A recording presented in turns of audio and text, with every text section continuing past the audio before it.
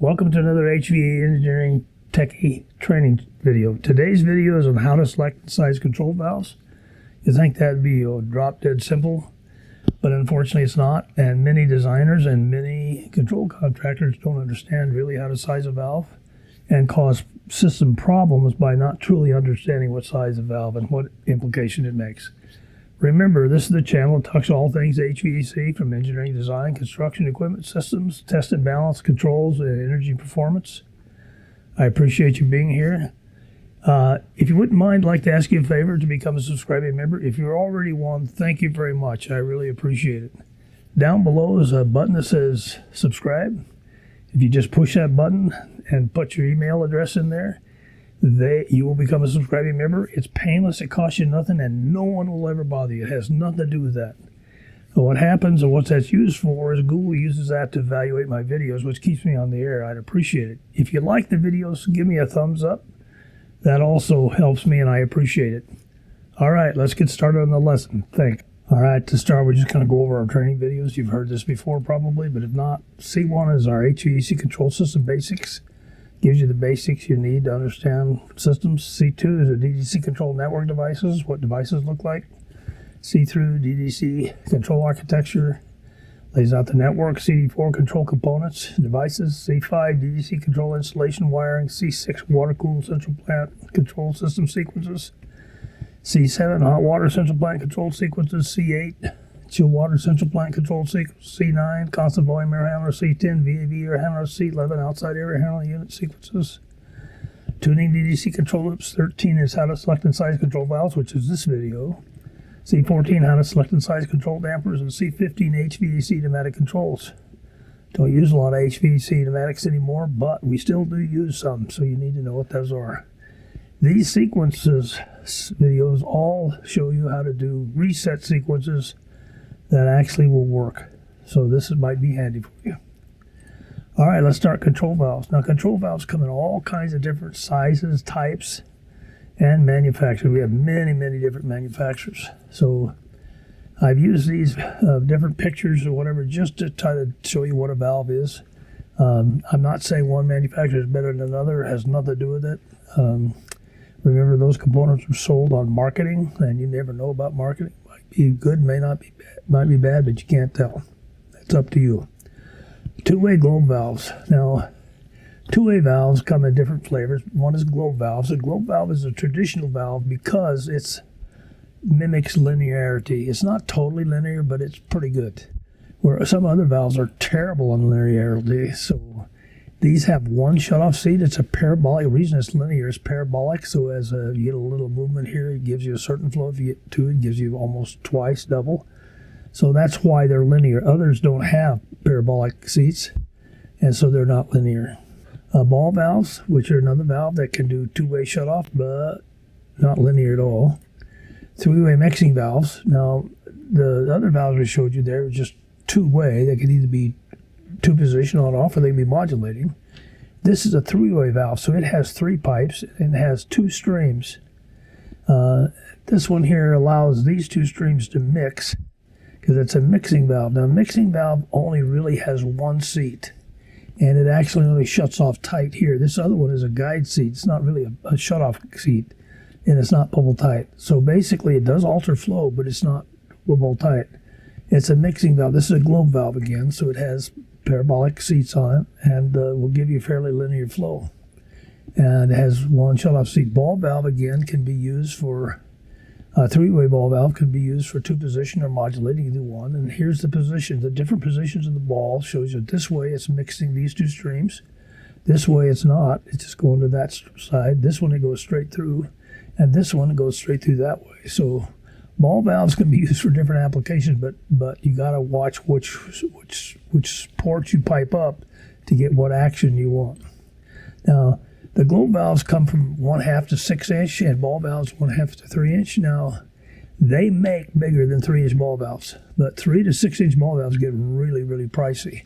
So you wouldn't want to do that. They also make globe valves bigger than 6 inches, but you'd never buy one. Way too expensive. Three-way diverting valve. Now, a diverting valve, if I showed you this one here, this mixing valve, you'll notice it takes these two streams and mixes them together. This one here is a diverting valve, and it takes a stream, and this stream can either go this way or it can go that way. It's not mixing it, it's diverting it. So the reason these are different, they have actually two seats. These seats will seal off tight for this flow or this flow, and that's why they're called diverting valves. Diverting valves cost more, but many people get really confused and end up using a diverting valve for a mixing valve, which is a big mistake. They're not intended for that service, and they don't work for that service very well. Now, for all HVAC applications except one, mixing valve is what you need. Now, mixing valve takes normally like a coil. It will take the water from coming out of the coil and the water bypassing the coil and mix them together. That's what it does, and that becomes return water. And that's how it changes the temperature or flow into the coil, because it bypasses some of the water. And that's a three-way mixing valve, and that could be a heat exchanger or coil, and it's used for all applications now. Where's a diverting valve used? A diverting valve is only used where you want to take a flow and move it from one device to another device. And my application has always been if you have a surgery chiller that's designed for winter-only operation, and you have a central plant that's heating, that they change a set point to economize it during winter, you can't use it for surgery, so you need a different chiller. So what you do is you switch the flow from the chill central plant to that chiller only during the winter. And that would be a diverting valve because it's got two seats that can do that. So unfortunately, this is misunderstood, but in generality, 99% of all air conditioning, you're going to use a mixing valve. Ball valves, again, is a 1/2 inch to 3 inch. And then we can use butterfly control valves. They can be used for a control valve for modulation. Now, what happens is in a butterfly valve is just like an OBD damper. At full open, when they're 90 degrees, they're moving a whole bunch of water. And as you start closing the valve, nothing happens. Almost nothing. A little bit. Nothing happens. So you get to about 60 degrees, almost 45 degrees. And then they start working. And from 60 degrees to close, they provide all their action that they're going to provide. That's why whenever we use a butterfly valve, we restrict the actuator to 0 closed to 60% open. We never let it get to 90% open. 60% is considered full open. And this way, we make the valve more linear, not very well, but more linear and better to control. Now, you can buy a valve that has a characterized wafer.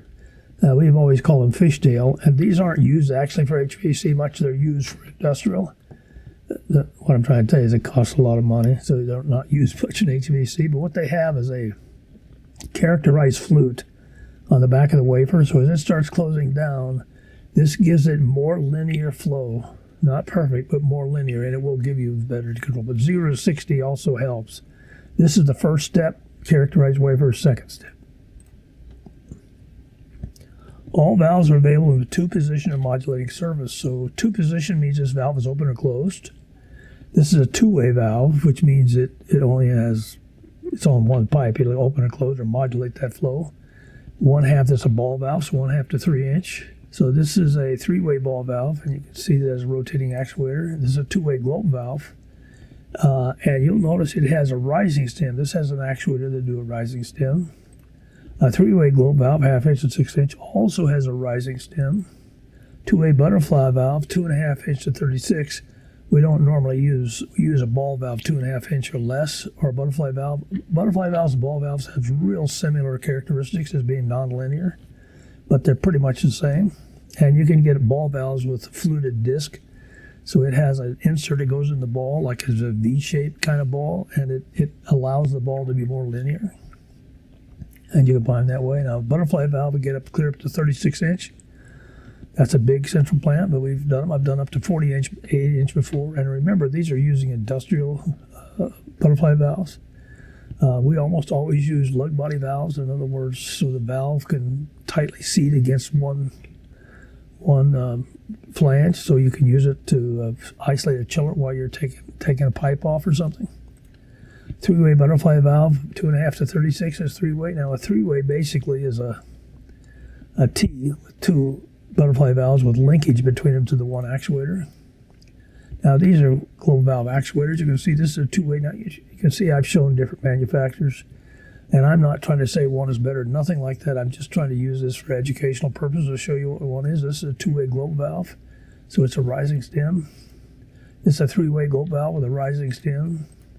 It's a two-way ball valve with a rotating actuator. It's a three-way ball valve with, a rotating actuator.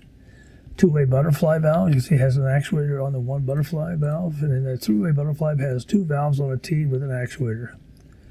Now, this happens to be a high voltage actuator, but different kinds of actuators. So here's a wiring position of how these valves the actuators actually work. Almost all the actuators shown you were electric, which means they have a motor in them. Now, in the past, they have made actuators that are valve actuators that are not motors, but you don't use them much anymore. They used to have a magnetic actuator that would actually modulate the valve in a globe valve up and down by using a coil magnet situation, but we don't use those anymore. So it makes everything's motor. Here's one that you can see is a motor. This is a fail-safe, non-fail-safe two-position. Fail-safe means it has a spring return that will return it to a position. Now, they do make some large butterfly valve actuators that are fail-safe that don't use springs, that use air pressure. Basically, they pump up a cylinder in a tank, and it has one actuation left in it. So when it goes, if power fails, it closes it and sits there until you power it up the next time. So here's an actuator. Here's the electronics, and remember on electronics, the common is black wire, and the hot wire is white or red, or other colors. But black is always common, just opposite of power. Just need to remember that. So on this actuator, we normally have 24 volt AC, and you can see the black is the common, and then we have a red that goes through the controller to its output point, and when that point is on, it runs this motor, which is almost always open, the valve. Now on a valve like this, it's wired up internally to know that if this is this way and there's no power on this leg, it closes it. So this valve is always open or closed by internal of the actuator.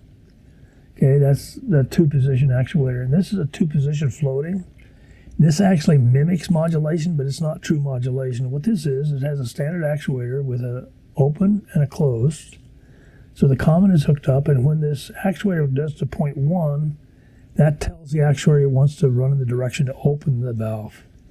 When it's in the middle, neither point is connected, it's off. It knows it doesn't want to run at all. So what happens is this actuator will actually open the valve, and then when it says stop, it'll stop and just sit there. And then if it comes on and says close, then it will close. So when it goes to point 2, this one tells it to close, it will close. This is how it mimics actuate modulation. It goes along, it will open, stop, goes along, open again, stop, close, a little bit, stop. So it will actually mimic modulation. And what it's using is the time of the motor. These valves are not real fast. They might be 30 seconds, might be 60 seconds, might be 180 seconds from full close to full open. So they're not real fast. And they use that time to mimic this modulation. And we have non-fail-safe modulation. This is a modulating actuator. It has power to the actuator, the red and black. And then it has these outputs. It's the A signal. Here's the positive and here's the negative. And what it's doing is it's actually sending a voltage or a milliamp rating, depending on what kind of actuator. And this will actually say we have a 2 to 10 volt range. So if we're at 2 volt coming out, it means it's supposed to be fully closed. And it'll make sure that actuator is closed. If it comes up with 5 volts, which would be 8, 4, 5, 6, so it would be, if it comes out with 6 volts, it knows that's supposed to be 50%, and it'll go immediately to 50%. And that's what makes modulation a superior actuator, because it knows where it's supposed to go, and it just goes there. It doesn't goof around like this one does. It kind of goofs around until it gets there. This one will go right there. Now, it's not real fast. It's still a 30-second actuator, so it'll take it some time to get there, but at least it goes right there. So that's why modulation is a superior actuation for valves. Fail-safe spring return means it has a spring. So when this one's, if this is a spring return actuator, when it's here, it's modulating. As soon as it goes off, this spring returns it. And this one, the same thing. If it's a spring return actuator and it goes to the center position, the spring will start returning it to non-position. And this one, the same thing. So that's how they get to be fail-safe. Now here's a curious example you have to be careful for. Here's one that is a standard 2-point actuator, but this side is wired up to the second point. So what this will do is when it's on point 1, it will open. The minute it goes to the other, it will close.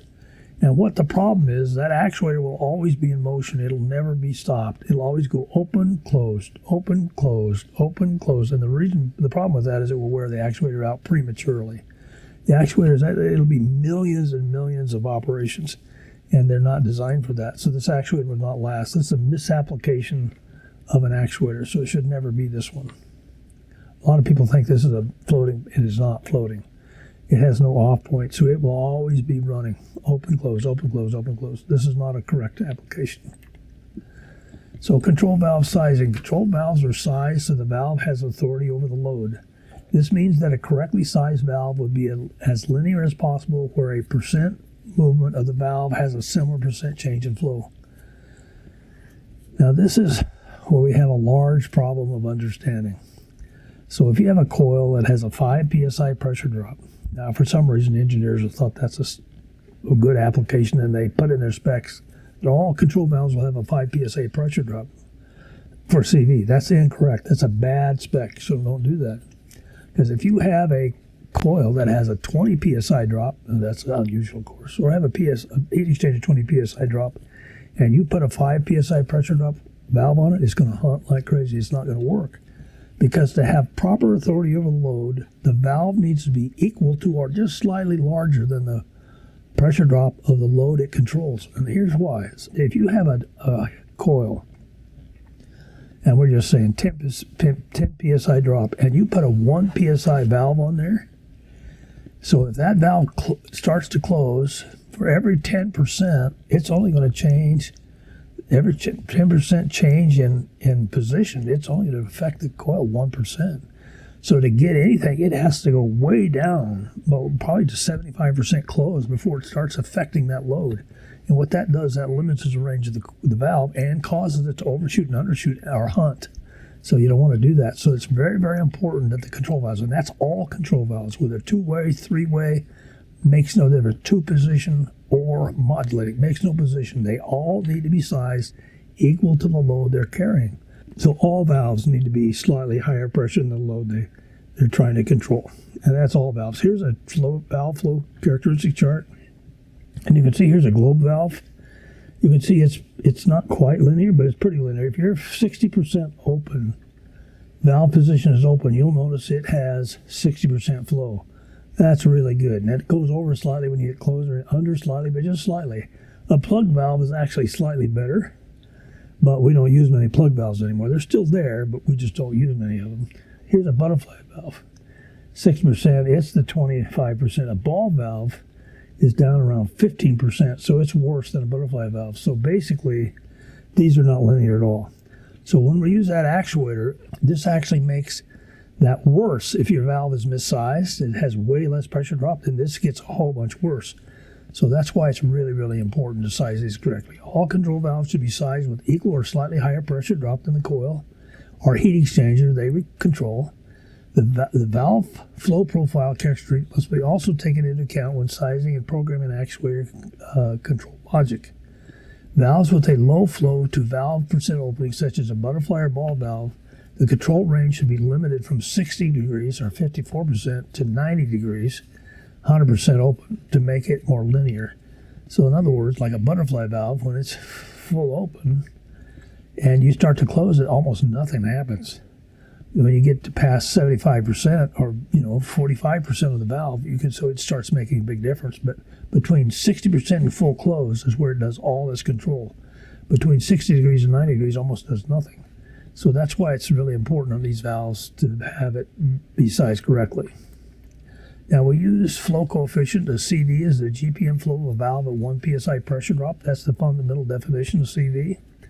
And we use CV to compare, to actually size valves, compare the flow of different body valves. Now what happens is the manufacturer takes their valve, sets it on a test rig, and runs a certain GPM to it and at 1 psi pressure drop, and then tests the GPM. And that's how they get a CV. So a valve with a CV of 22.3, it'll do 22.3 GPM at 1 psi pressure drop. So that's what its meaning is. Flow coefficient CV. CV is used in sizing control valves and balance valves and can be used to find the flow and versus pressure drop in any system. This is really handy. As a test and balance guy, I've used this for years on finding different pressures when I'm trying to balance a system. I wanted to make a change. I want to know what the pressure is so I can actually balance something to that pressure. So it works really well. Here's the formula. CV equals GPM times the square root of specific gravity divided by the differential pressure.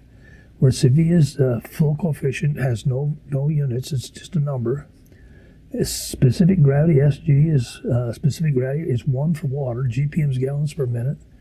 D is the density in pounds per foot.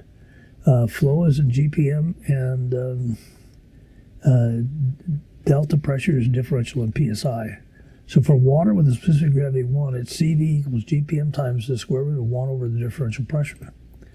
And then that you can rearrange that formula. The delta P equals GPM over the CV divided by specific gravity squared, or GPM equals the square root of the pressure times CV over specific gravity squared, and that becomes a GPM.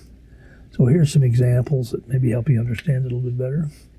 What would be the required CV for a chill water valve on a coil that has 50 GPM and a pressure drop of 5 PSI?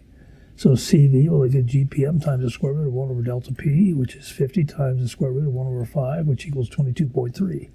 So that valve will do 22.3 GPM at 1 PSI pressure drop. So that's the CV rating for it. Example, what would be an actual pressure drop for a valve with a CV of 24, which is flowing 45 GPM? So delta P over GPM over CV squared would equal 45 over 24 squared, which would equal 3.52. So that valve at 45 GPM would be 3.52 PSI. What would be the required CV for a valve flowing 2.4 GPM with a pressure drop of 1.2 PSI using a 60% glycol mixture with a specific gravity of 1.1? So now that 1.1 is of the mixture. So CV equals GPM over specific gravity times delta P, which is 2.4 times 1.1 divided by 1.2. And that equals 2.9. So what would the CV be? That's a CV for that pressure drop. So first thing you do is you determine the CV valve for the control coil, or the value for the control coil or hot heat exchanger. Find the GPM flow and pressure drop of the coil or heat exchanger from the drawing schedule. Calculate the CV. Chill water coil would use, here's an example, coil with 60 GPM at 4.3 pressure drop with a glycol mixture of specific gravity 1.1. There's the formula, so it would be 60 times the square root of 1.1 divided by 4.3, which is 30.34. So that particular coil with a 60 GPM would need a valve that's 30.34. Now what we're doing here is that, remember, we're using this equal pressure drop. We want a valve that has the same pressure drop as the load. So this would be a valve that would do that thing. It would do that for you.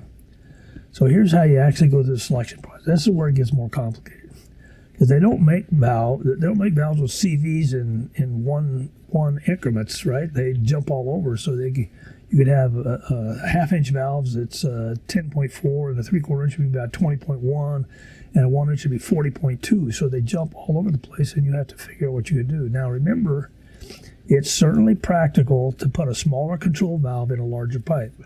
Most control valves are never line size. Now, when I was a control contractor many years ago, our manufacturer actually made the statement that a three-way valve should always be line size, which was totally wrong.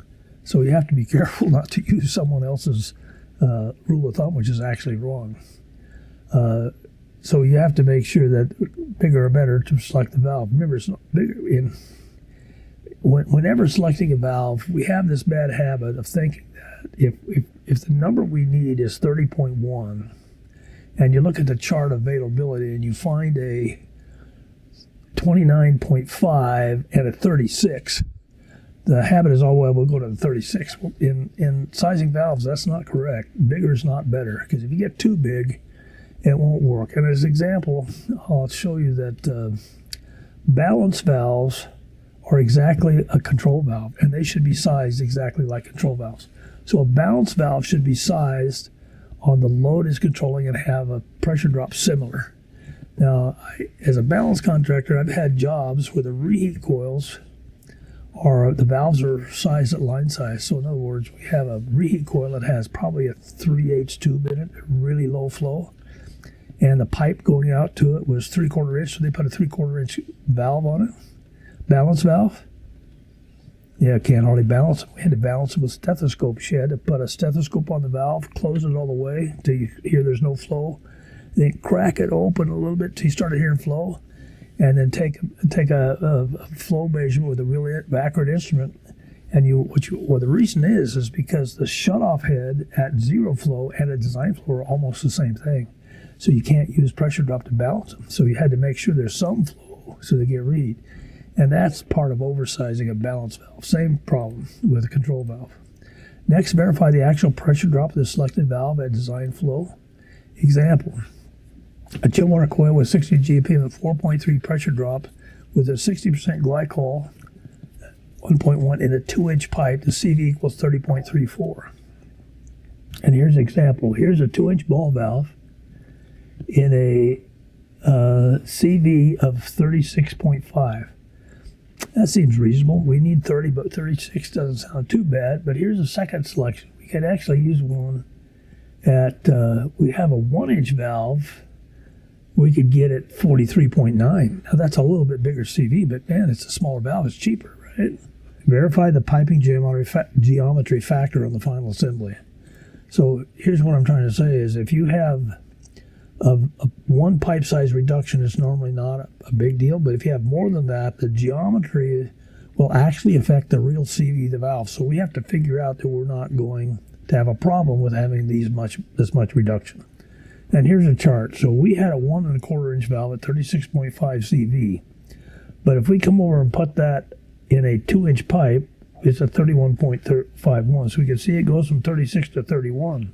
If we select a 1-inch valve size, two sizes, and we put it in a 2-inch pipe, it's only 27.86. So you can see that that's not enough. It's too small. And that's because this 1-inch ball valve is 2 pipe sizes. And then 1 pipe size is 1.25, which is actually 2 sizes. This one is 3 sizes. So it would fit 31.5 is close to what we were looking for. This also could have high velocity. This low CV could have, that small valve body could have high velocity, could create noise in the system. So that's another problem you need to consider. The final example would be 31.51. So the CV for that, the actual pressure drop is 4.39 PSI. You can see that's not a big deal. That's a good selection. Here's an example too. This is a more of a problematic example because butterfly valves have a huge range, as do 3-inch ball valves have a huge range between them. So what they do is a lot of ball valves have fluted seats. They put a little insert in the ball, which gives it a more linear approach and a less flow. So they can have a whole bunch of, you can see a 2-inch ball valve may have 4 or 5 different CVs because it's got a different insert into there. And the only problem with that is when you buy one, and you got to replace the valve, you need to make sure it's get replaced with the same insert in it. So here's a formula for this. The coil with 850 GPM at 5 PSI pressure drop. With clean water, what is? With a 6-inch pipe, what would be the CV? And it's going to be 380.13. You can see it's a big CV. Well, we look over here at butterfly valves. So we have a 6-inch pipe. And you can see a butterfly valve with CV 60 at 6 inches, 810 CV. So it's way too large. We can go clear down to... clear down to 4-inch at 318, or that's a little low. You could go, but the next one's 579, which is way over, so 318, or you could do a globe valve at 400, which is pretty close. And why not that one? Well, if you're a control contractor, I'll tell you right away, this is way too expensive. This 6-inch globe valve is really pricey, where a 4-inch butterfly valve is dirt cheap. So this would be a big difference for cost. So a 4-inch butterfly valve, delta pressure would be 7.14. Now that's getting up there a little bit because we're a 5 PSI pressure drop. Now we're 2.4 PSI. 2 psi is not bad. You get up to 4 or 5 psi, it's a problem, but we can't. So a 6-inch globe valve would be at 4.15, which is below 5, which is fine, but a large expensive valve is going to be a problem. And a 5-inch butterfly valve would be 2.15 psi, way below this one. So basically, this original one, this 4-inch butterfly valve, is probably the right choice. It looks a little high, so they get a little bit complicated in this kind of approach. But if you can't do you're not going to do this one because of price. It's way too pricey. A 5-inch butterfly valve would also work, but it's getting a little low, so it may have some problems with actually trying to control that load. And these are both these selections, this butterfly selections, both these were at a 60-degree butterfly valve, not a 90-degree. In a 90-degree, now things get a lot worse, so you got to be careful with that. Which would provide less than full load. These are full load calculations, so at less load, this would probably be a much better selection. So that would be the one I would select. Because the part load is not going to be at 7 psi. It's going to be, so if 50% flow, it's going to be much less than the system. So this one won't affect the system at part load. All right, that's control valves. I hope that was helpful.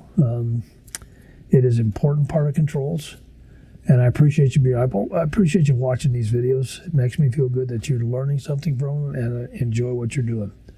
Have a great day. Catch you on the next one.